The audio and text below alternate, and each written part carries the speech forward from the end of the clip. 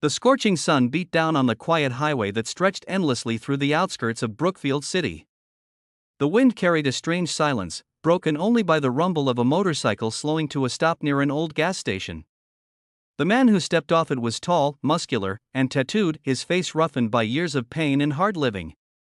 His name was Ethan Cross, a once notorious biker who had traded his violent past for a quiet life with his only daughter, Mira. But that peace was about to shatter in the most brutal way imaginable. It all began one bright afternoon, the kind of day that fools you into thinking nothing bad could ever happen. Mira was everything Ethan had left to live for. After losing his wife to cancer when Mira was just 8, he had raised her with nothing but his hands, his bike, and a promise that she would never have to see the darkness he once lived in. Now 17, she was full of life, a bright student who volunteered at the community center, her smile lighting up even the grayest of days. She wanted to study social work and help people like her father once was. Broken, lost, angry at the world that day, she rode her small blue scooter into town to attend her friend's birthday at a cafe.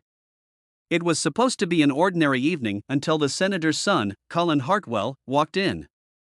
Colin was known across Brookfield, handsome, arrogant, and dangerous in ways his father's power always hid.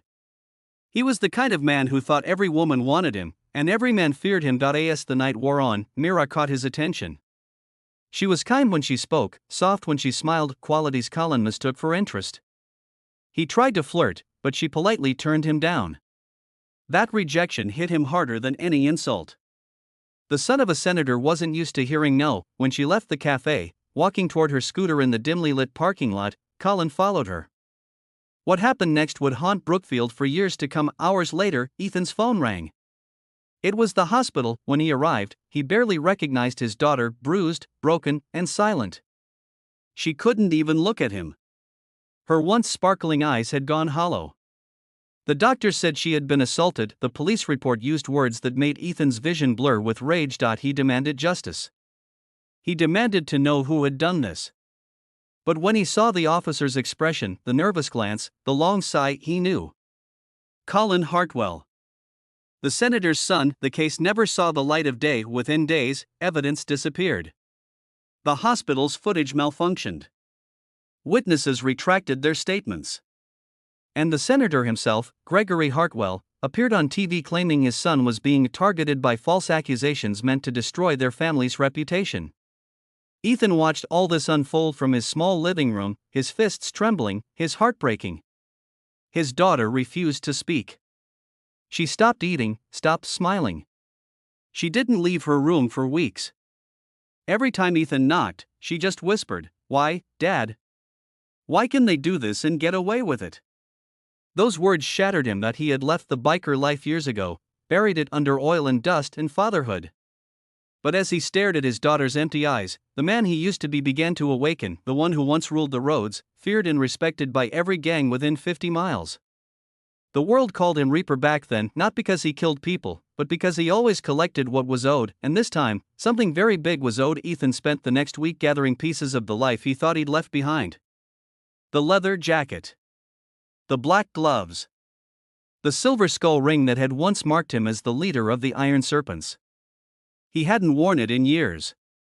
But when he slipped it back on, it fit like destiny. He didn't plan murder. He planned exposure. He knew killing Colin wouldn't heal Mira. But making the world see what Colin had done, stripping away the power that shielded him, that would mean something. He started digging. His old biker network still owed him favors. Through back channels, he got footage from a gas station near the cafe. It showed Colin's car tailing Myra's scooter that night. Then he found the janitor from the hospital who had seen Colin visiting Myra's ward, trying to sneak in before the police arrived. Another piece of the puzzle. Ethan's old friend Mace, a tattooed giant with a kind heart and a sharp mind for tech, helped him collect everything. They created a file, time-stamped videos, deleted texts, voice notes Colin had sent to his friends bragging about what he'd done. They didn't send it to the police. They uploaded it anonymously to every major social media platform with the caption, "The price of privilege." The truth about Senator Hartwell's son. The explosion that followed was instant. The video went viral within hours. News channels picked it up. Crowds gathered outside the senator's mansion demanding justice. For the first time, power couldn't silence truth. The senator's PR team scrambled, issuing statement after statement, but the internet doesn't forget, and this time, neither did the people. Ethan didn't stop there. He revealed himself publicly, standing in front of cameras, holding his daughter's photo. His voice trembled as he said, "I'm not a rich man. I don't have connections. But I have a daughter who was destroyed by a man who thought he was above the law. Today, I'm asking for one thing: justice." The crowd erupted in support. It wasn't just about Mira anymore. It was about every person who had been crushed by power, silenced by influence, buried by lies. Colin was arrested 3 days later, not because the police wanted to, but because the world demanded it. The senator resigned soon after, his empire of lies collapsing under the weight of truth, but even then, the victory didn't feel sweet. Ethan watched his daughter as the news played in the background. She still sat by the window, silent. When he asked if she was okay, she finally looked at him and whispered, "He can't hurt me anymore, can he?" That night, Ethan wept for the first time in years. Not because he was broken, but because she was healing. Slowly, painfully, but healing. Months passed.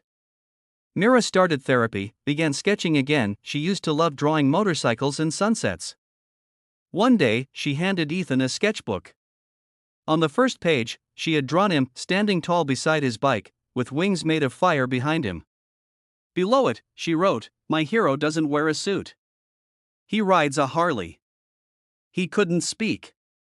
He just hugged her tight, feeling her heartbeat against his chest. Life began to settle again. The world had seen the truth, and the storm had passed. Ethan sold his bike and opened a small auto repair shop named Myra's Garage. A sign above the entrance read, "For every broken thing, there's still a way to fix it." And every person who walked in, every customer, every friend, heard their story.